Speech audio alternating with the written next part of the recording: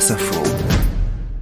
Bonsoir à tous, nous sommes avec Xavier Capodano de la librairie Le Genre Urbain à Paris. Xavier, bonsoir. Bonsoir. Xavier, on va encore parcourir ces livres de la rentrée, et notamment un beau livre. On va s'intéresser à un beau livre, Philippe Descola, Les formes du visible, publié au Seuil. Alors quand je dis c'est un beau livre, c'est un livre avec de belles illustrations, mais pas que, parce que Philippe Descola est un anthropologue, c'est un maître en la matière, et là il s'intéresse à la façon dont on interprète des images courantes dans chaque société.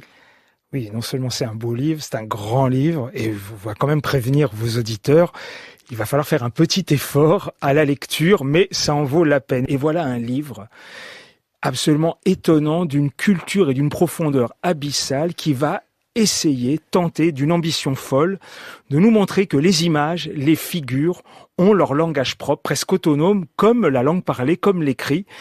Et pour bâtir cette œuvre qui va faire une lecture du monde entier, tant dans notre passé, puisqu'on va aller, pour faire court, de la grotte de Chauvet jusqu'au cubisme, voire même un peu plus loin, à toutes les images, des masques africains, au tableau hollandais, etc.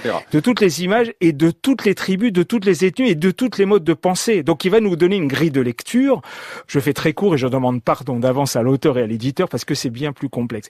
Et à partir de ce qu'il appelle l'ontologie, c'est-à-dire la science de l'être dans ce que nous sommes, c'est-à-dire en fin de compte, essayer de réfléchir ce que nous sommes en tant qu'individus, il va rentrer dans ce monde de la figuration et de regarder comment, nous les individus, nous donnons des images et surtout comment nous les recevons. C'est absolument incroyable, c'est d'une ambition folle, un incroyable livre. Et je rappelle aussi que le grand livre de référence de Philippe Descola, c'est Par-delà nature et culture, et que ce livre est régulièrement réédité chez Folio. Absolument. Philippe Descola, que vous recevez pour le lancement de ce livre. Et le réseau lalibrairie.com fait un lancement dans un petit théâtre parisien dans le 20e arrondissement, et il y aura 2 libraires qui vont l'interroger pendant plus d'1 heure et demie. C'est le samedi 25 septembre et c'est sur le site. Philippe Descola, donc Les formes du visible, publié chez Seuil.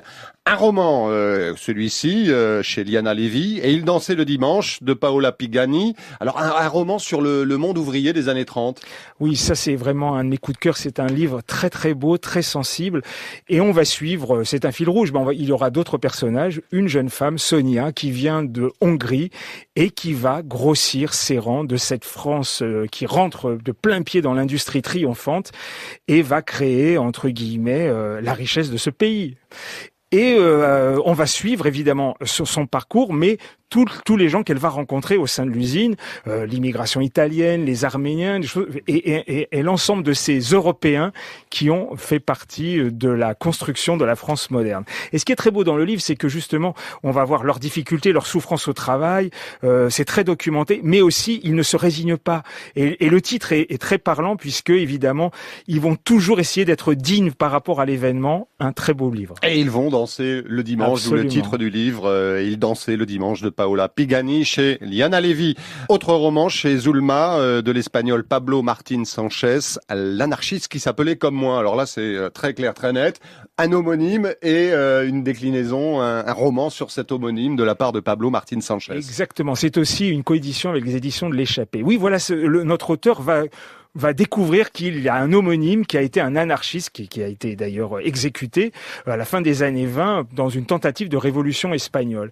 Et en voulant faire cette enquête, il va se plonger dans la vie de cet homme. Et ce qui est formidable, c'est que non seulement on va voir tout le Paris des années 20 et des années 30, pas n'importe quel Paris, d'ailleurs c'est le Paris de l'Est parisien, du quartier de Belleville, foisonnant, et on a un vrai roman d'aventure, un moment de l'histoire européenne. C'est un très très beau bouquin. L'anarchiste qui s'appelait comme moi, de Pablo Martín Sánchez, et c'est publié chez Zulma. Très rapidement, un roman un peu dingue, Troll, un roman islandais d'Eiríkur Örn Nordahl, pardon peut-être pour la prononciation, et c'est publié chez Métellier. C'est une petite bombe atomique. Donc on va suivre un personnage qui est né hermaphrodite, qui ne veut pas choisir entre l'homme et la femme. En tout cas, il s'adapte en fonction des situations. Vous avez le mélange de réseaux sociaux, c'est politiquement incorrect, c'est violent, ça se lit comme un polar. C'est un bouquin étonnant, dérangeant, assez magnifique, et surtout avec une écriture inclusive très efficace. Troll, un roman islandais, donc d'Eiríkur Örn Nordahl, publié chez Métellier. Merci beaucoup Xavier Capodano de la librairie Le Genre Urbain à Paris, et c'est l'une des librairies du réseau lalibrairie.com. Merci Xavier. Merci à vous.